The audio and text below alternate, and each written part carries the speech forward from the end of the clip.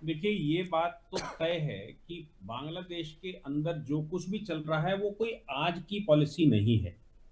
मैं एक बैकग्राउंड में जाऊंगा कि जिन्ना जब माउंटबेटन से मिलने गए तो माउंटबेटन से उन्होंने कहा कि भाई अगर आप स्टेटस को मेंटेन करना चाहते हैं, यानी कि अंग्रेजों के आने से पहले का स्टेटस मेंटेन करना चाहते हैं, तो सरकार जो है वो बादशाह की है लिखित रूप में, भले ही प्रैक्टिकली ना हो लेकिन लिखित रूप में तो आपने सत्ता वहां से ली। इसलिए जब आप जा रहे हैं तो सत्ता हमको देकर जाइए, यानी कि मुस्लिम वंशजों को सत्ता देकर जाइए।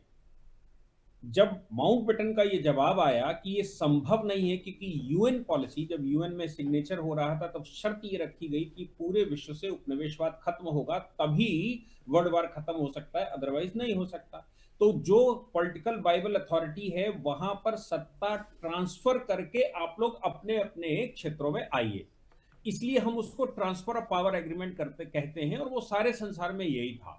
जब ट्रांसफर ऑफ पावर उन्होंने कहा कि भाई हमको बाइबल अथॉरिटी को ट्रांसफर करना है, हमने स्टेटस को वो नहीं मेंटेन करना है जो मुसलमानों की सत्ता की बात तुम करते हो, तो उसने कहा कि हमको भूमि का एक टुकड़ा दे दीजिए और वो भूमि के टुकड़े से मैं हिंदुस्तान को फतेह कर लूंगा और हिंदुस्तान पर दारुल इस्लाम कायम कर दूंगा।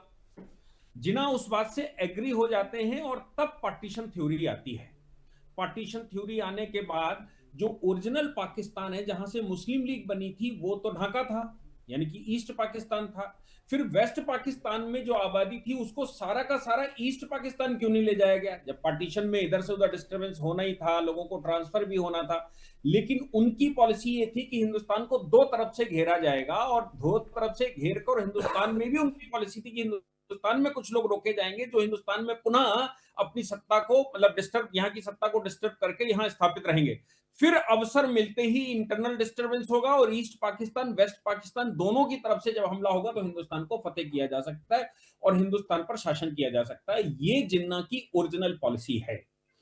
अब इसी पॉलिसी को आगे बढ़ाते हुए सबसे पहले उन्होंने जम्मू कश्मीर पर हमला कर दिया। 1947 में ही जम्मू कश्मीर पर हमला हो गया था। आप सोचोगे अभी तो पार्टीशन कंप्लीट भी नहीं हो पाया था, अभी आबादी इधर की उधर हो भी नहीं पाई थी, लेकिन हिंदुस्तान पर हमला हो गया था, जम्मू कश्मीर पर हमला हो गया था। उस पॉलिसी के तहत ही 65 की लड़ाई हुई। 62 में जब हम युद्ध हार गए पाकिस्तान के साथ, तो 65 की लड़ाई हुई, और 65 की लड़ाई तो बिना किसी कारण के थी, कोई कारण ही नहीं था। सिर्फ ये था कि हिंदुस्तान आज कमजोर है, चीन से हार चुका है, प्रधानमंत्री की मृत्यु हो चुकी है, इसलिए अब हिंदुस्तान पर कब्जा किया जा सकता है, तो 65 की लड़ाई हो गई। 71 में जब उन्होंने अपने ही अंदर उनके दो गुट बने, दो गुट मतलब शेख मुजीबुर रहमान जीत कर गए थे, उनको प्रधानमंत्री पद की शपथ देने से इसलिए मना कर दिया गया वेस्ट पाकिस्तान में कि तुम मुख्य भूमि से नहीं हो, मेनलैंड से नहीं हो। तो शेख मुजीबुर रहमान का कहना था कि हमारी मेनलैंड पाकिस्तान बनाने वाली तो ढाका है, यानी कि जो आज का बांग्लादेश उस समय का ईस्ट पाकिस्तान है। तो फिर मेनलैंड कौन सी है? अगर मैं आपकी तथाकथित नई थ्योरी के अनुसार मैं मेनलैंड नहीं हूं, तो फिर हमें अलग हो जाना चाहिए। मुक्ति वाहिनी उस समय सामने आई और मुक्ति आंदोलन चला। ये जो मुक्ति आंदोलन है इसके बीज आज दिखाई दे रहे हैं, क्योंकि मुक्ति आंदोलन के दौरान पाकिस्तान ने जो एट्रोसिटीज बांग्लादेश में की, यानी कि ईस्ट पाकिस्तान में उस समय की, उन एट्रोसिटीज में लाखों महिलाओं की लीगली, लीगली से मतलब है अथराइज्ड इज्जत के साथ खेला गया, उनके साथ अव्यवहार किया गया, कमजोर लोगों के साथ किया गया। जो बांग्लादेश के बांग्ला भाषी पाकिस्तान यानी कि बांग्लादेश के समर्थक थे, उस समय भी एक इंटरनल युद्ध भी चला, और ऊपर से वो जो पाकिस्तान से सेनाएं आई थी वो भी चला। भारत, चूंकि उन्होंने भारत पर हमला कर दिया था इसी बहाने, इसलिए हम भी कूद पड़े, तो बांग्लादेश तो बन गया। लेकिन बांग्लादेश के अंदर प्रो पाकिस्तान जिनकी मंशा ये थी कि वो हिंदुस्तान पर कब्जा करेंगे, वो अभी भी जीवित थे। लेकिन शेख मुजीबुर रहमान के बैठने के बाद वो संभव नहीं हो सका। लेकिन वो लोग लगातार इस जुगाड़ में लगे रहे कि किस प्रकार से वो हिंदुस्तान को फतेह करने के लिए, जो जिन्ना की ओरिजिनल पॉलिसी थी, जिसने पाकिस्तान बनाया, जिसने ईस्ट पाकिस्तान बनाया था, उसकी पॉलिसी को हम फरवाल करेंगे। जिस समय शेख हसीना वहां पर बैठी, खालिदा जिया जेल में गई, और उसी समय पर यह कुचक्र चला जाने लगा कि अब अवसर है और जो प्रो पाकिस्तानी लीडरशिप थी वो अब वहां बैठ सकती है। वो पूरा प्रकरण हम लोगों ने सबने देखा कि कहां बैठकर पॉलिसी बनी। मोहम्मद यूनुस ने जाकर अमेरिका में कहा कि एवे ही नहीं, ये फतेह हुआ, ये किया गया, और कुछ हजार लोगों ने वो खेल खेल लिया। इसके बाद अब उनको पाकिस्तान, चूंकि ओरिजिनल पॉलिसी पाकिस्तान के साथ मिलने की है, इसलिए पाकिस्तान के शय पर यह हो रहा था, पाकिस्तान के जनरल, आईएसआई के ऑफिस और वो सब चालू हो गया।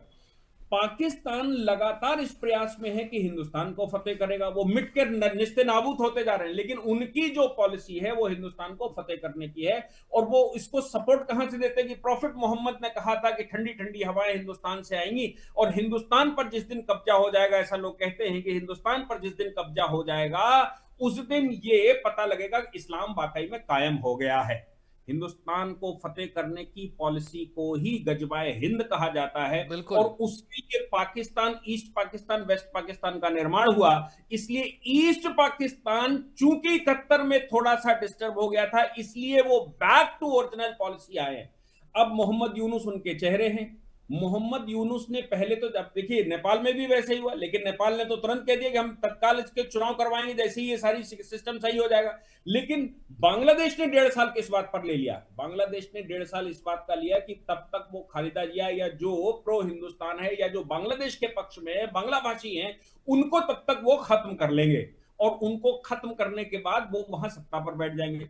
अब इधर समस्या ये आई कि जो शेख मुजीबुर रहमान की बेटी हैं वो हिंदुस्तान में इस समय है, बिल्कुल। और शेख हसीना हिंदुस्तान में उन पर तो उन्होंने सजाए मौत लिख दी, उनकी पार्टी भी बैन कर दी, लेकिन उनके बेटे ने लैंड कर दिया। हम्म। उनके बेटे ने कहा कि भाई अब मैं चुनाव लड़ूंगा, मेरे ऊपर तो कोई इल्जाम नहीं है और चुनाव लड़ने पर कोई पाबंदी नहीं। उनका बेटा उतर आया, जन समर्थन उनके बेटे के साथ आ गया। अब कुछ ना कुछ तो उनको करना था, क्योंकि सत्ता 100% अगर सही से चुनाव हो जाता है तो शेख हसीना की पार्टी पुनः सत्ता में आ जाएगी। शेख हसीना पर आप सवाल खड़े कर सकते हैं, उनका बेटा तो बिल्कुल क्लीन है, तो फिर वो सत्ता में आ जाएगा, फिर गलत हो जाएगा। इसलिए ये सारा षड्यंत्र रचा जा रहा है, जैसा कि उस्मान के भाई ने कहा कि सारा षड्यंत्र रचा जा रहा है, और ये यूनुस रच रहे हैं ताकि कि डिस्टर्ब चुनाव हो ना जाए होने एरिया, पाए, चुनाव ना होने पाए। एक मतलब आखिरी सवाल डिस्टर्ब हो मेरा, जाए। क्योंकि मेरे पास समय कम है डीके दुबे साहब, मैं एक आखिरी सवाल आपसे इस पर यह करना चाहता हूं कि भारत के पास विकल्प क्या है? क्या ऐसे ही हिंदुओं को मरते हुए देखे, ऐसे ही भारत के खिलाफ नफरत का माहौल बनते हुए देखे, या फिर कोई कदम उठाए, आर्म ट्विस्ट करे? जरूरी नहीं है कि हर बार आप आर्मी ही उतारेंगे, एयर स्ट्राइक ही करेंगे। ट्रंप ने भी तो आपके साथ आर्म ट्विस्टिंग की ना, टैरिफ लगाकर आप पर। दुनिया में बड़े सारे तरीके हैं आर्म ट्विस्ट करने के। क्या भारत ऐसा कोई तरीका उस पर विचार कर रहा है, या ऐसा कोई तरीका हो सकता है, आपको लगता है? देखिए, भारत ने कई एक तरीके अपनाए भी। अपनाए से मतलब है, जैसे हमने उनको, जो हमारे पोर्ट थे, पोर्ट पे एक्सेस रोका।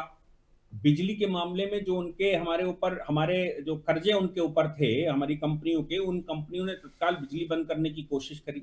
चारों ओर से हमने फेंसिंग का काम बढ़ा दिया। बांग्लादेशियों को हम वापस करने की लगातार मुहिम चला रहे हैं, और इस समय तो नेशनल मुहिम चल रही है।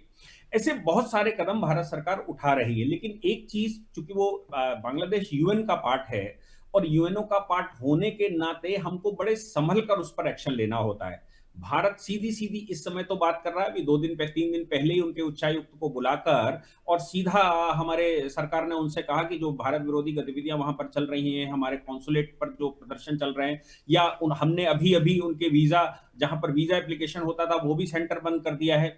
और इसके अतिरिक्त समस्या ये है कि जो जो एक्शन हम ले रहे हैं, उधर से चीन उसको बैकअप दे रहा है। हम्म। चीन बैकअप देने की वजह से हमारे जो उपाय हम कर रहे हैं वो कारगर नहीं हो पा रहे हैं, सही से नहीं हो पा रहे हैं। फर्क तो पड़ा है निश्चित तौर से, लेकिन वो सही से नहीं हो पा रहे हैं। इसलिए भारत सरकार भी ये नहीं एकदम एक्शन ले सकती, क्योंकि बैकअप अगर उनके पास ना होता तो शायद भारत सीधा एक्शन लेता और उनको समस्याएं हो जाती। लेकिन उनके पास चूंकि विकल्प सामने खड़ा हुआ है, एक पाकिस्तान के रूप में और एक उनके सहयोगी चाइना के रूप में, इसलिए भारत के जो प्रयास हैं उन प्रयासों में भी डिप्लोमेटिकली हम कर सकते हैं। आप सोचकर देखिए कि बांग्लादेश बहुत छोटा सा एरिया है, हमारे एक प्रदेश के बराबर है। बांग्लादेश पर कभी भी भारत सरकार कब्जा कर सकती, कोई बहुत बड़ा इशू बांग्लादेश का है ही नहीं।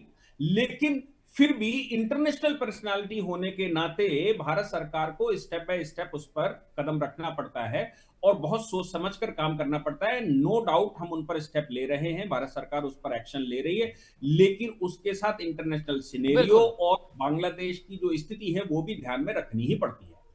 बहुत बहुत शुक्रिया डीके दुबे साहब।